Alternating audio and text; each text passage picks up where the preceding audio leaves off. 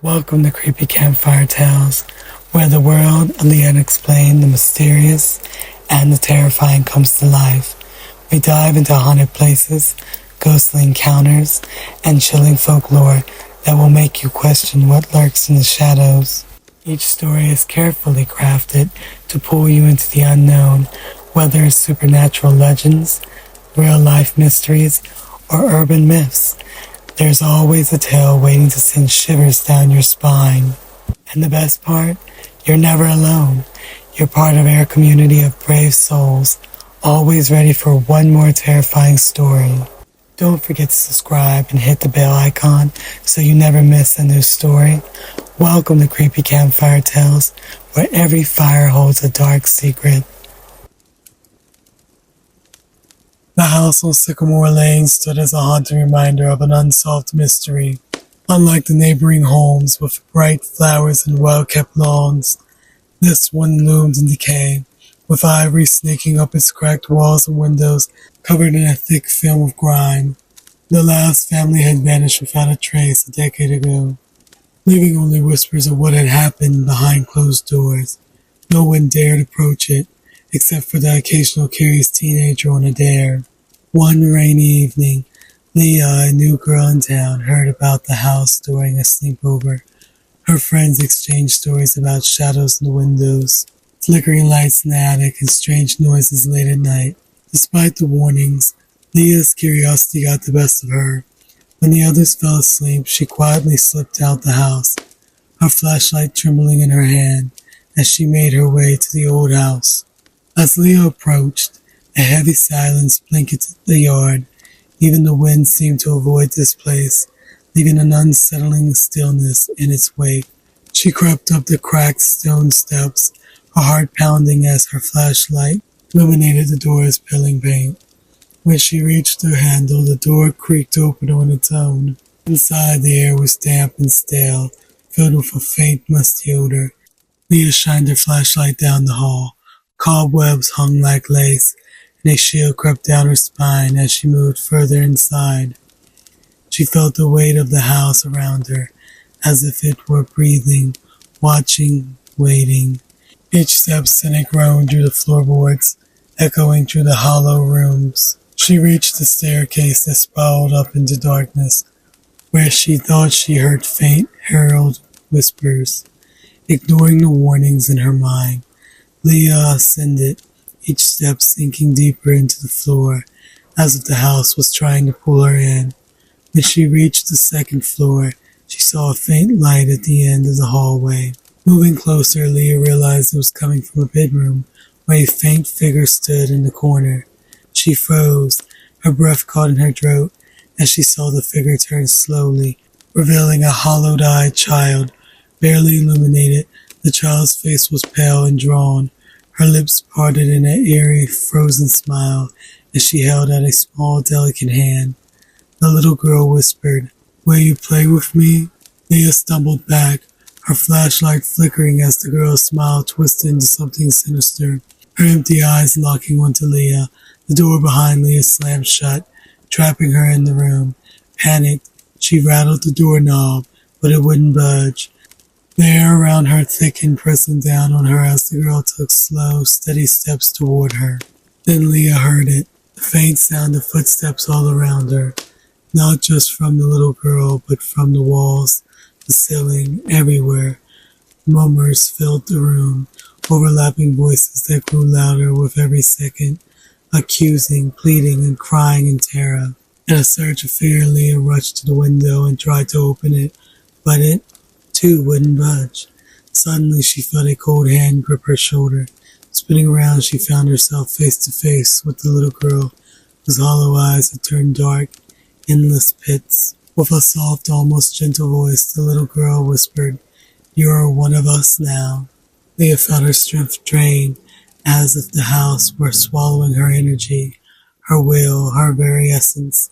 The shadows around her twisted and danced, surrounding her until everything went black. The next morning, her friends woke up to find Lena missing.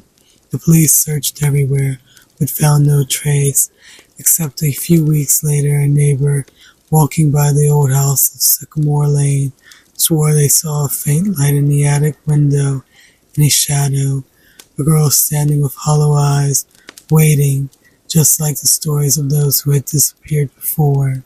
And to this day, people say that if you listen closely on a quiet night, you can hear the whispers of the lost souls within the house forever trapped, waiting for the next curious soul to join them.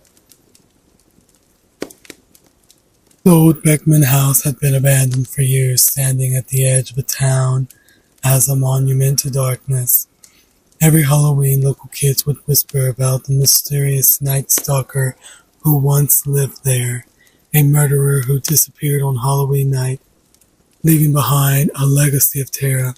Most thought it was a legend, but some believed the evil that lingered there was very real. As Halloween night approached, a group of teenagers, Jenny, Mark, Lily, and Ben, dared each other to go inside. They'd heard every story about the house, but with Halloween chills in the air, they felt braver than usual. Flashlights in hand, they crept up the cracked stone path, stopping only briefly as a gust of wind rattled the door. Mark laughed nervously, pushing open the door. The smell of mildew and decay hit them instantly, and their lights caught dust swirling in the air. The house felt frozen in time, cobwebs hanging thick and remnants of furniture lay scattered, covered in dust. It was as if the house itself was holding its breath, waiting. As they walked further inside, Lily noticed something strange on the wall, a faint handprint, smeared in a reddish-brown stain. She froze. "Guys, look at this." The others turned, their faces going pale as they realized it looked eerily fresh, as if someone had just touched the wall with blood-stained fingers. A chill ran through them, but Jenny brushed it off. "It's just some prank. Someone probably came in here last Halloween to scare people." They pressed on, whispering nervously as they reached the grand staircase. The steps groaned under their weight as they climbed to the second floor, where the Night Stalker had supposedly carried out his gruesome deeds. According to legend, he lured his victims to the house on Halloween night, trapping them and savoring their fear before vanishing into the night. No one knew if he was dead or alive, only that his victims were never found. At the top of the stairs, Ben felt a sudden coldness settle over him. "Did anyone else feel that?" he whispered.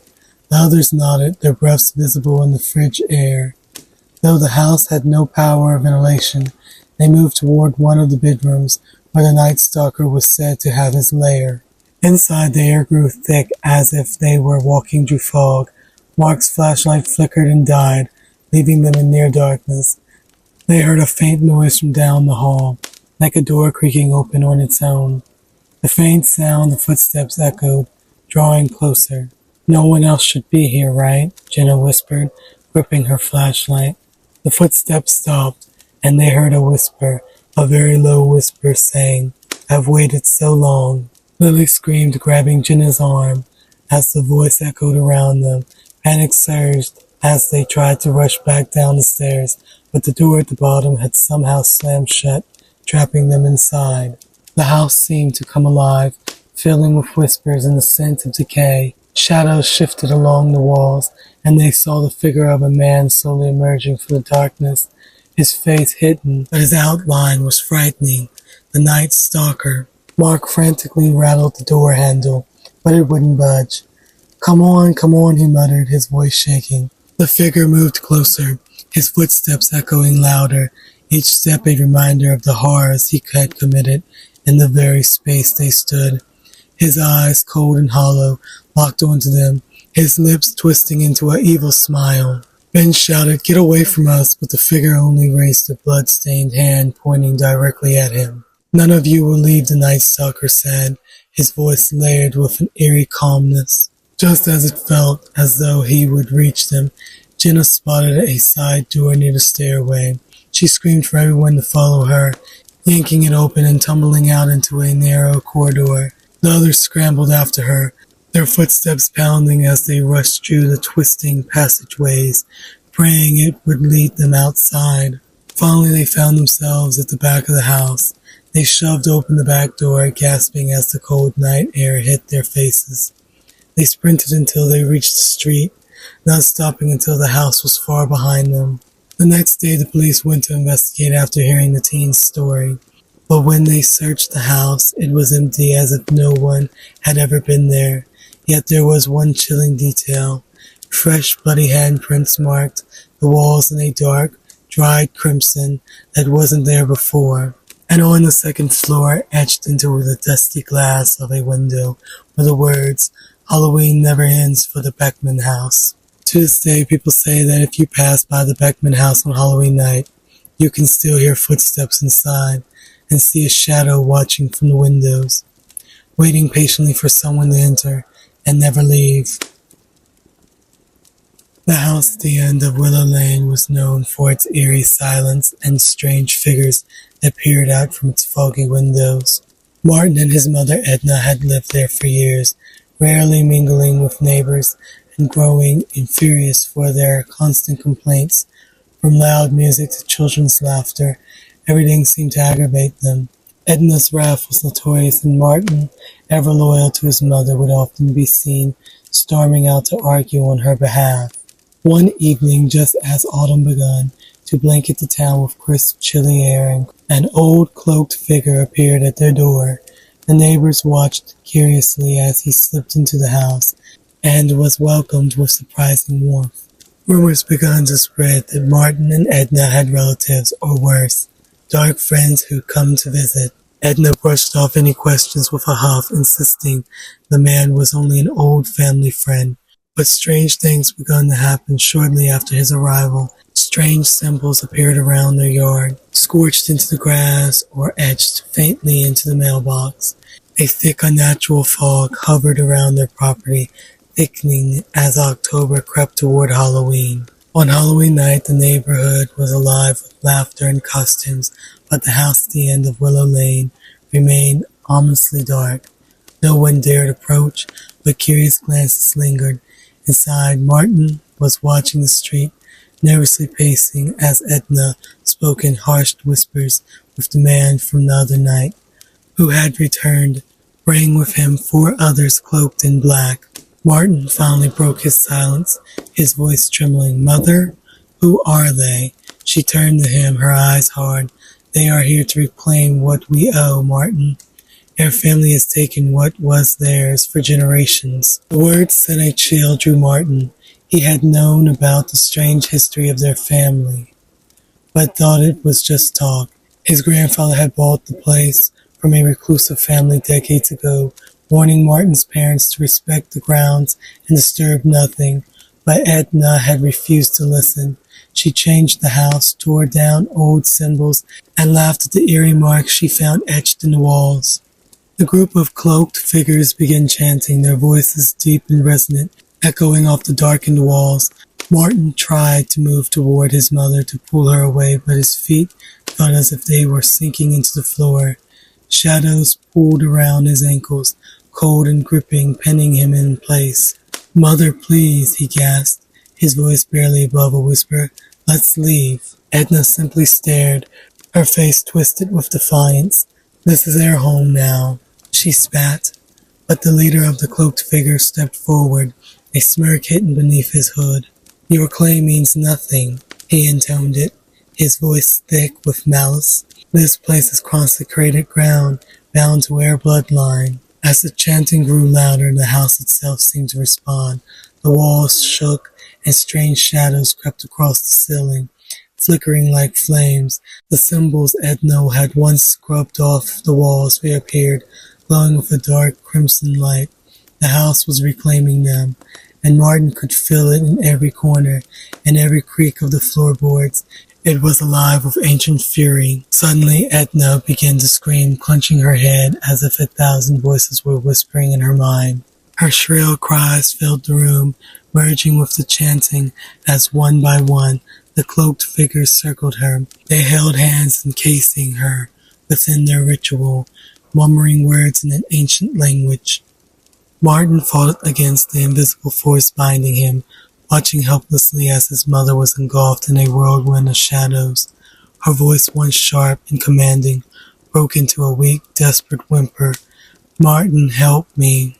With a sudden flash, the shadows consumed her, leaving only the echoes of her scream hanging in the air. She was gone, absorbed into the house itself. The cloaked figures turned to Martin, their faces hidden but their intentions clear. This house is theirs, the leader declared. It will remain so, and so will you. Martin felt a cold wave wash over him as he realized what they intended. The house didn't just want its owners back. It demanded guardians, those bound to its dark secrets. The group vanished as suddenly as they had come, leaving Martin alone in the empty, chilling silence of the house. But something had changed. Now Martin was a part of it, bound by blood and fear. Each night he could feel the ancient spirits whispering through the walls, guiding him, demanding he maintain their dark legacy. From that Halloween onward, the house on Willow Lane stood silent once again. Neighbors noticed that Martin never came out, and Edna's shrill voice was never heard again. With strange symbols begun reappearing in the yard, and the fog that once hovered around the property grew thicker and darker, as if the house itself was sealing its new resident within. And on certain nights, as the wind swept through the neighborhood, some said they could hear faint whispers, Edna's voice shrieking, begging for release, while Martin's haunted eyes watched from the windows, locked in a curse he could never escape.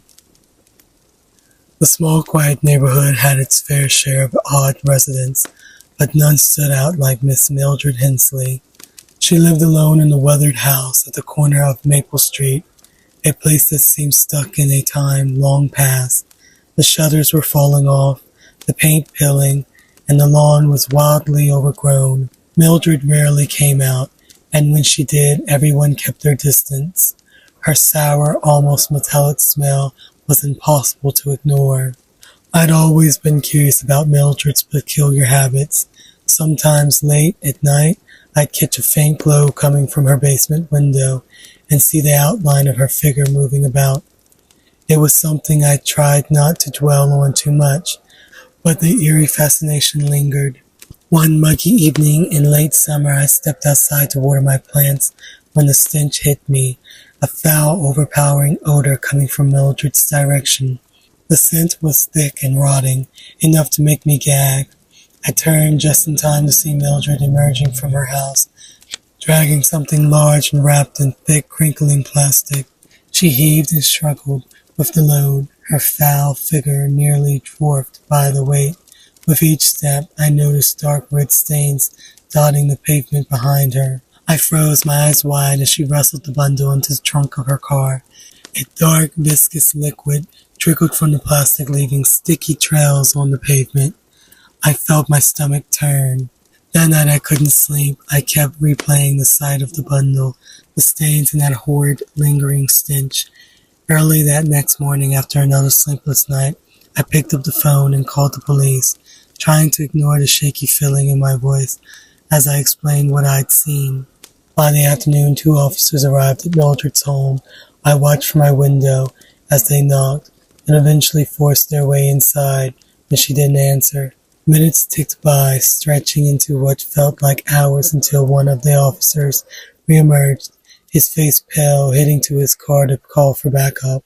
Soon police cars swarmed our quiet street, flashing lights cutting through the morning fog as the officers moved in and out of Mildred's house, their faces ashen, hands covering their nose. Rumors spread quickly. Mildred had been hiding something far darker than I ever could have imagined.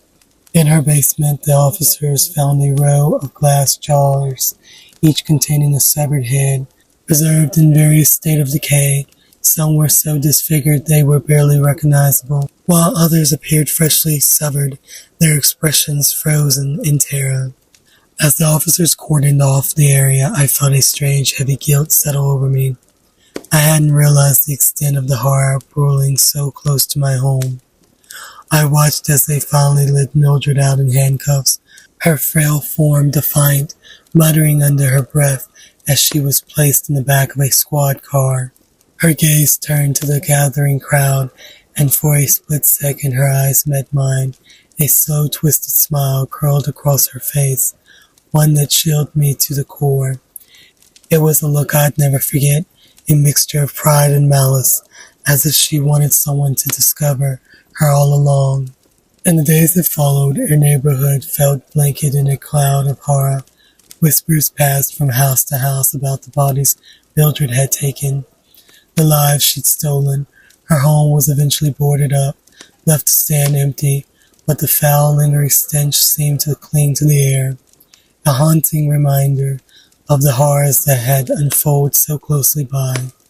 They say that even now, if you pass by Mildred's house late at night, you can still hear faint whispers from the basement, a quiet echoing reminder of the soul she kept and the one she never wanted to leave. The old gravestone house had always had a reputation for darkness. Deep in the woods, secluded and worn, it was the perfect place to hide secrets. Inside lived 3 siblings, Michael, Jessica, and their younger sister Emily. Though close in age, there was something strange about Michael and Jessica, a quiet, unsettling quality that even Emily, at only 10 years old, could see. As Halloween approached, Michael and Jessica grew unusually excited. They whispered to each other more often, exchanged sinister glances, and disappeared into the woods behind the house for hours at a time. Emily tried to follow once, but they caught her and warned her to stay away. "Just wait," Michael had said with an eerie smile. "Halloween will be special this year." On the night of Halloween, Emily was fast asleep when she felt cold hands gripping her wrists. She opened her eyes to see Michael and Jessica standing over her, their faces shadowed by the dim moonlight pouring through her window. She tried to pull away, but their grips were unbreakable. "Come with us, Emily," Jessica whispered, her voice soft but chilling. They led her out of the bed, dragging her through the dark halls of the old house. The floorboards creaked beneath their feet, echoing in the silence. Outside, a thick fog hung over the ground, and the bare branches of the trees seemed to stretch out like skeletal fingers. They brought her to a clearing in the woods, one she'd never seen before. In the center was a crude stone altar, surrounded by symbols carved into the earth, symbols Emily didn't recognize. A single candle flickered on the altar, casting long twisted shadows across the ground. "Why are we here?" Emily asked, her voice trembling. Michael smiled, his eyes cold and empty. "You're here to be part of something big, Emily. Something that will change everything." Jessica pulled a rope from behind the altar and tied Emily's hands together before she could resist. Emily's heart pounded as she struggled, but Michael's hands held her shoulders, pressing her down onto the cold stone. "Please stop," she cried. "Let me go." But her siblings didn't listen. They began to chant, their voices low and rhythmic, the words foreign and thick with malice. The candle's flame flickered wildly, as if alive, casting eerie shadows that danced in darkness. The air around them grew colder, heavy with a presence Emily couldn't see, but could feel pressing down on her. As the chanting grew louder, Emily's body felt like it was sinking into the stone. Trapped and paralyzed, her heartbeat thundered in her ears, drowning out her own terrified breaths. The forest seemed to close in, the trees bending, the branches curling like claws around the clearing. Michael leaned down, his face inches from hers, his voice a sharp whisper. "Don't be afraid, Emily. This is what we were born for. We need to offer something precious to the Dark One. And who better than her own sister?" A dark wind whipped through the clearing, extinguishing the candle's flame. In the sudden darkness, Emily felt an unnatural chill spread through her bones. Shadows gathered around the altar, swirling like smoke, forming twisted faces that leered and whispered her name. Jessica held out her hands, her voice rising in excitement. "He's coming, Michael, he's here." The shadows seemed to converge, and Emily felt as if they were pulling her spirit from her body, draining her strength, her will. She screamed, struggling against the ropes, but they only tightened, biting into her wrists. Her siblings watched, their faces expressionless, their eyes void of any warmth or love. Emily, a voice whispered from the darkness. It was deep, echoing, and filled with a hunger that sent chills through her soul. Emily, come to me. Suddenly the ropes binding her hands snapped, and the shadows seemed to recoil. Emily scrambled off the altar, her heart pounding, and took off into the woods, her feet pounding against the forest floor as she ran faster than she ever had before.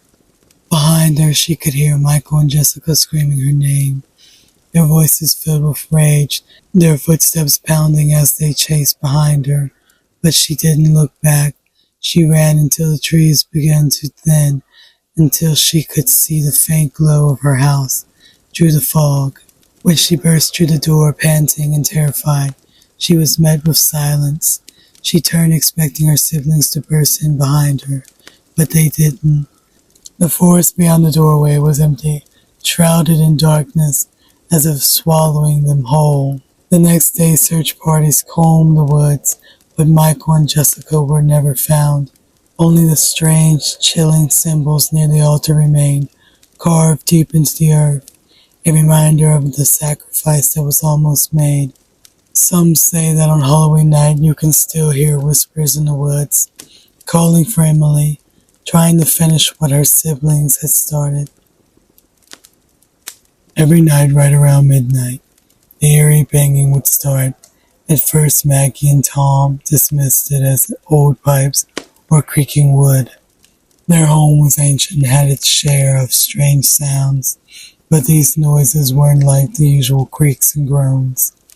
It was loud, rhythmic, a dull thud, followed by scraping. Still, they were too exhausted from long work days to check it out. Probably just raccoons getting into something, Tom muttered one night, turning over in bed. Maggie nodded, too groggy to argue. The banging would go on for hours, and as sleep overtook them, the noise would eventually fade, swallowed by the early morning silence. But after a week of restless nights, Maggie started to worry. The sound felt closer, as though someone was deliberately pounding on something just outside. She wanted to investigate, but every time she brought it up, Tom would shake his head. It's the wind, or the neighbors fixing up their shed. Let's just ignore it. One night, however, Maggie noticed something odd. The neighbor, Mr. Walker, had left his porch light on. It was well past midnight, and she could just make out his shadow moving in the backyard. He was hunched over, swinging something large, his figure silhouetted by the dim light. Tom, look, she whispered, nudging him. He grunted, barely opening his eyes. But before she could call his attention again, Mr. Walker stopped his movements. Slowly, as if sensing her eyes on him, he looked up and locked eyes with Maggie through the darkened window. She froze, her breath caught in her throat. For a second she felt an overwhelming dread, and she quickly pulled back from the window. What's wrong? Tom asked, now awake, noticing her face pale.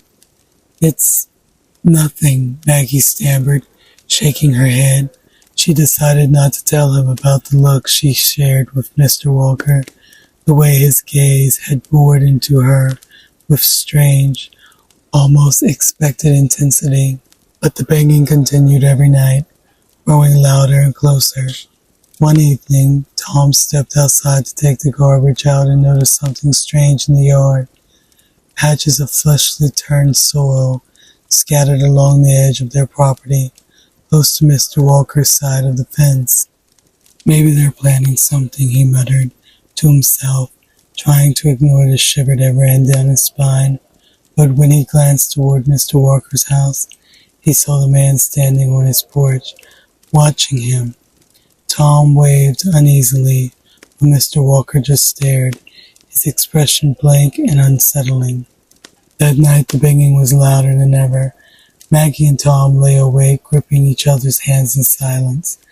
The rhythmic thudding felt like it was coming from right outside their bedroom wall. They were too frightened to look out, too terrified to confront whatever was making that noise in the dead of night. Then just before dawn, the banging stopped. The next morning, Tom decided enough was enough. He went out to inspect the strange patches of soil he'd seen the night before. Maggie watched from the window as he crouched down, examining the ground. Suddenly his hand brushed against something hard, and he pulled back, horrified. It was a piece of a bone, small, practically buried, and it was a human hand. Panicked, he rushed back into the house, telling Maggie what he'd found. They called the police, and within the hour, their yard was swarming with officers, digging up the patches of soil, one by one. What they uncovered shocked the entire neighborhood. Beneath the freshly turned soil were body parts, arms, legs, even pieces of a torso, carefully wrapped in plastic. The remains had been scattered in small, shallow graves along the fence line, all on the side closest to Mr. Walker's property. When the police questioned Mr. Walker, he smiled calmly, almost as if he had been expecting them. He explained with a disturbing casualness that he'd been making the banging noises at night, hoping the couple would investigate. He wanted them to come outside so he could add them to the collection, as he put it with the unsettling glint in his eyes. Maggie and Tom moved out of their house 2 weeks later, leaving behind the horrors they almost fallen victim to. But some nights, when they're laying in bed in their new home, they swear they can still hear the faint echo of the banging, as though Mr. Walker's still out there, waiting for them to look outside. The old Ashwood house had always been a dark spot in the otherwise charming neighborhood of Willow Creek. The house stood at the end of the cul-de-sac, its once bright exterior now faded and peeling with overgrown bushes that seemed to strangle the crumbling fence. Kids in the area whispered about the house, daring each other to go near it, but no one ever did. Everyone knew it was haunted by something sinister, but no one wanted to talk about it. It had been empty for years, or so everyone thought, but every Halloween the lights would flicker on in the old attic, casting eerie shadows that moved unnaturally. Some swore they heard music coming from inside, a faint, slow melody like a warped music box playing a twisted tune, and every few years, right around Halloween, a child from the neighborhood would go missing. One October evening, just days before Halloween, Danny, a curious 12-year-old, was playing with his friend near Ashwood House when he spotted something strange. Through a crack in the fence, he saw a colorful balloon tied to the handle of the old iron gate. It was bright red, starkly out of all place against the gloomy, rotting wood of the house. But what really caught his eye was the figure standing just behind the gate, a clown grinning, its painted face frozen in a sinister smile. "Hey, you want a balloon?" the clown called, its voice sweet, almost musical. Danny froze, staring at the figure. The clown wore a tattered, old-fashioned suit with faded colors, its eyes painted dark, almost hollow. Something about its smile sent chills down Danny's spine, but he couldn't look away. I have to go," Danny stammered, backing away, but the clown's smile only grew wider. "Come on, don't be scared. I have more balloons inside, and candy." The voice was playful, coaxing, but there was a strange undertone, something dark and threatening just beneath the surface. Danny bolted, running back home as fast as he could, but the image of the clown lingered in his mind. That night, as he tried to sleep, he heard it, a faint sound like a music box playing, drifting through his window. He got up and peered outside, and his heart nearly stopped.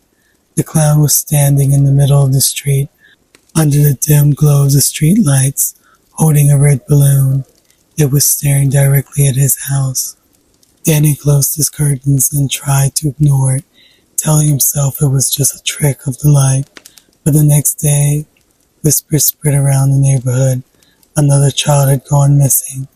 This time it was his friend Tommy. The police searched everywhere, combing through the nearby woods and knocking on every door, but there was no trace of Tommy. As the days passed, Danny couldn't shake the feeling that the clown had something to do with it. He told his parents what he saw, but they brushed it off, saying it was just someone playing a prank. But Danny knew better. Halloween night came, and the air was cold and thick with fog. Danny's parents had gone to a party, leaving him alone. As he sat in the living room trying to distract himself with TV, he heard it again, the faint, slow melody of a music box. This time it was louder, closer. Against his better judgment, Danny peeked through the window, and his heart dropped. The clown was there, standing in his front yard, holding another red balloon, but this time it wasn't alone. The shadowy figure of the other children stood around it, their faces pale and blank, the eyes dark and hollow. Danny stepped back, his hands trembling. "It's not real," he whispered to himself. "It can't be." But the clown's voice echoed in his mind, sweet and sinister. "Come out, Danny. Come play." He tried to call his parents, but the phone line was dead. The music grew louder, as if it was coming from inside the house. Suddenly the lights flickered, and for a moment, everything went dark. When the lights came on, Danny saw the red balloon floating outside his window, bobbing gently. The front door creaked open, and Danny heard footsteps, slow, deliberate, making their way through the hall. "Danny," the voice called, dragging out the name. "Come and see what I've got for you." Danny backed away, his mind racing. He had to get out, but the clown was between him and the front door. He remembered the back door that led to the garden, and quietly he made his way towards it, trying not to make a sound. As he crept through the dark kitchen, he heard the soft thud of footsteps following him, getting closer. The music box melody played louder, echoing off the walls. When he reached the back door, his hand was shaking so badly that he could barely turn the lock. He glanced back and saw the shadow of the clown, long and stretched, creeping closer, the twisted grin gleaming in the dim light. Finally the lock clicked open, and Danny burst into the backyard, sprinting as fast as he could towards the woods. He didn't dare look back, but he could feel the clown chasing him, its laughter echoing through the fog. The trees loomed over him, their branches like skeletal hands reaching out, trying to pull him back. He ran until his lungs burned, until he could barely breathe, but the music never stopped. It followed him, weaving through the darkness, leading him deeper into the woods. Eventually he stumbled and fell, scraping his knees on the rough ground. As he lay there, gasping, the music stopped. The woods were silent, eerily still. Danny slowly lifted his head and saw that he was standing at the edge of a clearing, a faint glow shining through the fog. In the center stood the clown, its smile wider than ever, and around it, the missing children, their eyes vacant, staring straight ahead. The clown raised a hand, and from the ground a circle of old twisted stones emerged, forming a crude altar. The children moved, unmotionlessly, dragging their feet as they walked towards the center of the circle, forming a ring around the stones. Danny tried to move, but his body felt frozen, paralyzed by fear.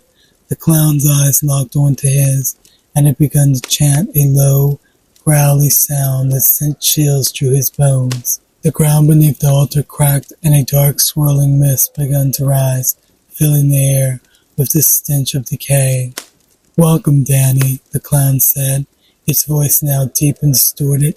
"You're just in time to join the others, to be your sacrifice." The children turned their heads, their eyes hollow, now glowing red, and began to chant along with the clown.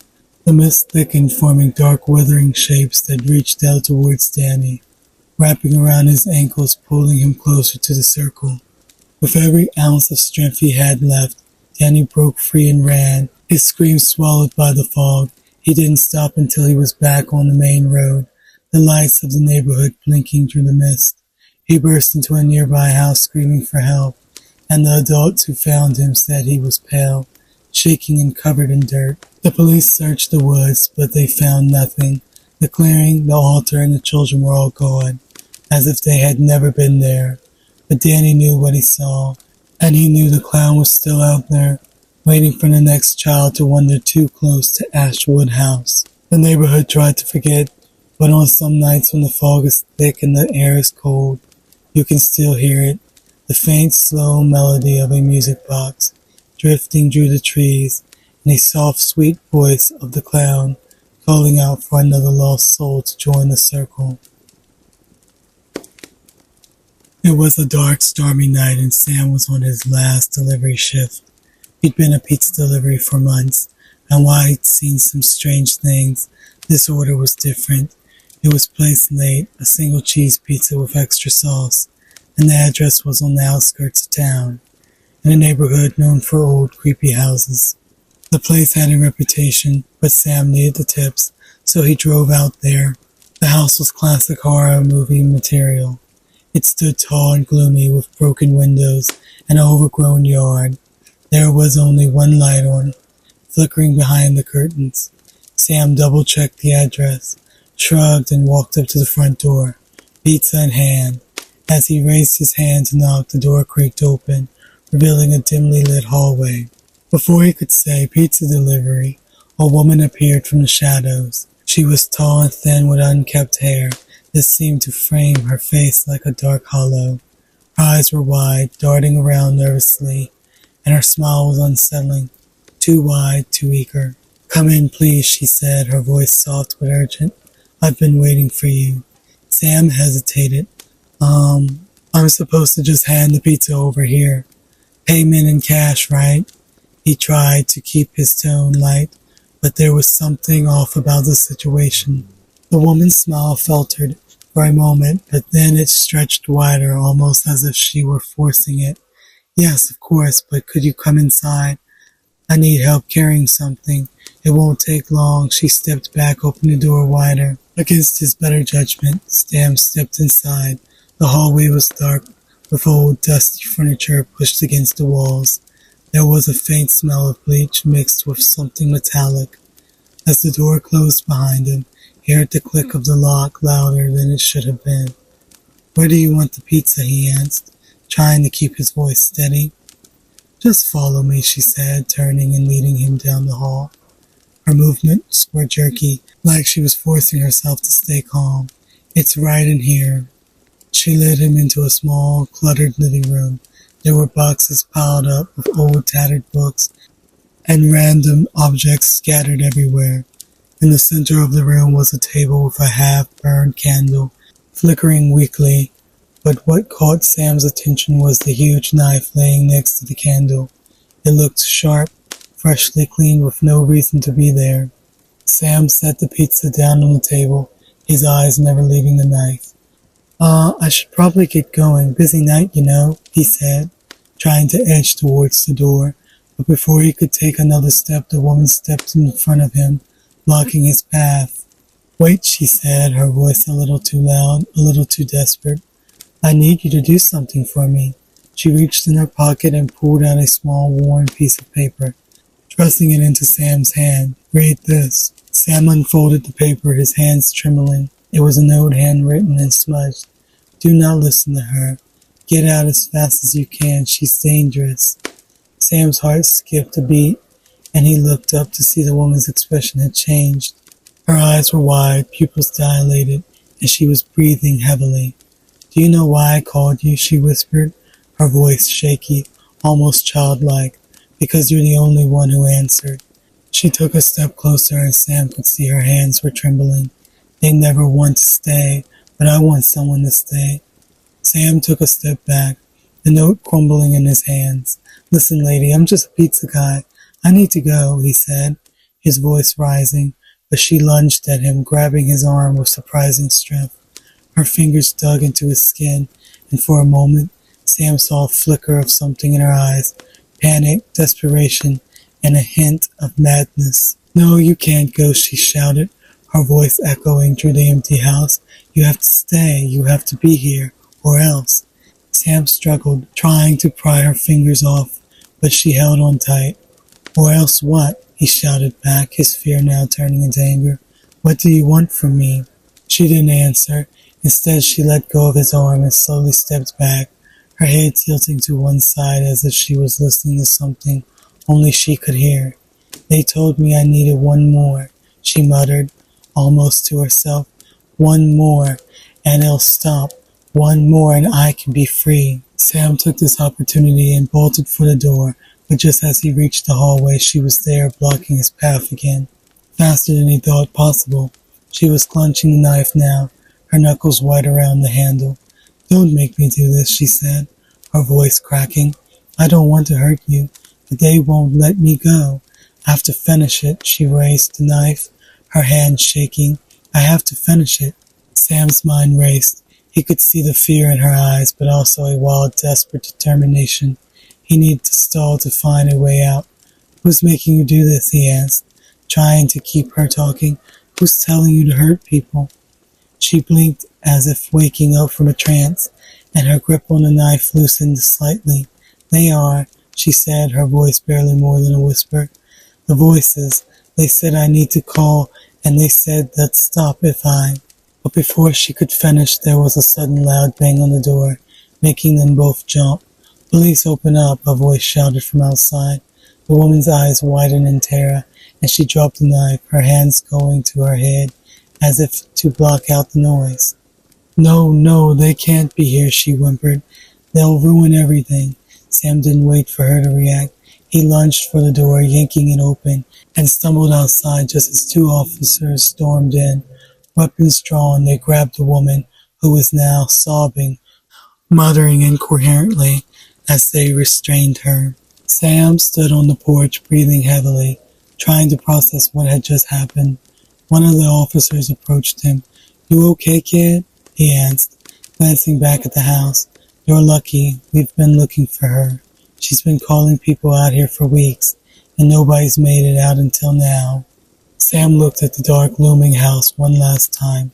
I just came to deliver a pizza, he said, his voice shaky. I didn't sign up for this. As he walked back to his car, he could still hear the woman's cries echoing through the night. But he didn't look back. He just wanted to get as far away from that house as possible and never take another late-night delivery again. Matthew was excited about Halloween night. He had his costume on, a pirate with a fake sword and eye patch, and a big pillowcase ready to be filled with candy. He'd been walking down Elm Street with his friends, hitting up all the decorated houses, but one house at the end of the street caught his eye. It was dark with tall, twisted trees looming over the yard, and the front lawn was filled with Halloween decorations that looked disturbingly real. Skeletons were hanging from the trees, blooded limbs were scattered across the grass, and the severed heads with wide, terrified eyes lined the front porch. Wow, that's creepy, one of his friends said, shivering. The others decided to skip it, but Matthew was feeling brave. I'll get the candy and meet you guys up the street, he said. He could see a bowl of candy sitting on a small table near the front door, and he figured whoever lived there had gone all out to scare the trick-or-treaters. He stepped onto the stone path leading to the house, feeling the chilly October air nipping at his skin. As he got closer, he realized just how detailed the decorations were. The limbs had strange, fleshly texture, and the faces on the severed heads looked almost lifelike, their mouths twisted in silent screams. Matthew hesitated for a moment, his heart pounding a little faster, but he reminded himself it was all just fake. People like to get creative on Halloween, right? He took a few more steps forward, his eyes locked on the bowl of candy. Just grab it and go, he told himself. As he reached for a piece of candy, the front door creaked open. Matthew jumped, and a man stepped out onto the porch. He was tall, with greasy hair slicked back, wearing a dark shirt that blended into the shadows. He had a strange, unsettling smile on his face, and his eyes seemed to gleam in the dim porch light. Hey there, little pirate, the man said, his voice soft and smooth, like he was trying to sound friendly, but failing miserably. Want some candy? I've got plenty. Come a little closer so you can see. Matthew took a step back, every instinct screaming at him to run, but the man moved quickly, reaching out and grabbing Matthew's arm, his grip cold and strong. "Why don't you come inside? I have more treats for you in the kitchen," he said, his smile widening, showing teeth that were too white, too sharp. Matthew's heart was hammering in his chest. "Let go," he shouted, pulling away with all his strength. The man's fingers tightened, but Matthew managed to twist free, stumbling backward and falling off the porch. He scrambled to his feet, running as fast as his legs could carry him, not daring to look back. He heard the man's voice calling out after him, still calm, still smiling. "Come back, little pirate, you forgot your candy." Matthew didn't stop running until he reached the end of the street where his friends were waiting. Out of breath and shaking, he told them everything. "The guy tried to grab me," he gasped. "He tried to pull me inside." Matthew's friends ran with him back to his house, and he told his parents what had happened. His mom's face went pale, and his dad immediately called the police. "Stay inside, Matthew," his dad said, trying to stay calm, but his voice was shaky. "Don't worry, the police will take care of it." Within minutes, 2 patrol cars arrived, their lights flashing, and the officers made their way down Elm Street to the house with the creepy decorations. The man stood on his porch, still smiling as if nothing was wrong. "Is there a problem, officers?" he asked, his tone polite and almost friendly. One of the officers glanced around, his flashlight sweeping over the yard. "We received a report that you tried to grab a kid. Mind if we take a look around?" The man's smile twitched, but he stepped aside, letting the officers walk past him. "Of course not. Feel free. It's just Halloween fun, you know. The kids love it." As the officer moved closer to the yard, they began to examine the decorations more closely. One of them bent down to inspect a severed arm lying on the ground, poking it with his flashlight. "This feels real," he said, his voice barely a whisper. The other officer picked up a hand, turning it over in the light. His face went pale when he saw the jagged, bloody stump where it had been cut. "Get back up," one of them muttered, stepping back, his hand reaching for his radio now. Within moments, more police cars pulled up. The officers began to secure the area, cordoning off the yard with yellow tape. One of the detectives approached the man, who was now standing by the door, his smile gone, replaced by a cold, blank stare. "These aren't decorations, are they?" the detective said, his voice hard. "What did you do?" The man's eyes flickered to the detective, and for a moment he just stood there, as if considering his options. Then he shrugged, that unsettling smile creeping back onto his face. "I just wanted to make things realistic," he said, almost laughing. "I wanted everyone to be scared, and they were, weren't they?" As the police searched the house, they found more than they could have imagined. In the basement there were freezers filled with body parts, carefully preserved and labeled. Some of the decorations in the yard were so well disguised that it took them hours to identify all of them. The man, who had once been a local butcher, had a twisted obsession with his craft, and Halloween had given him the perfect excuse to display his gruesome handiwork without raising suspicion. When the news broke, the entire neighborhood was in shock. Parents kept their kids inside, and the house on Elm Street became famous overnight. But for Matthew, it was a nightmare he'd never forget. He didn't go trick-or-treating again for years, and every Halloween, he could still hear the man's voice in his head, echoing in the darkness. "Come back, little pirate. You forgot your candy."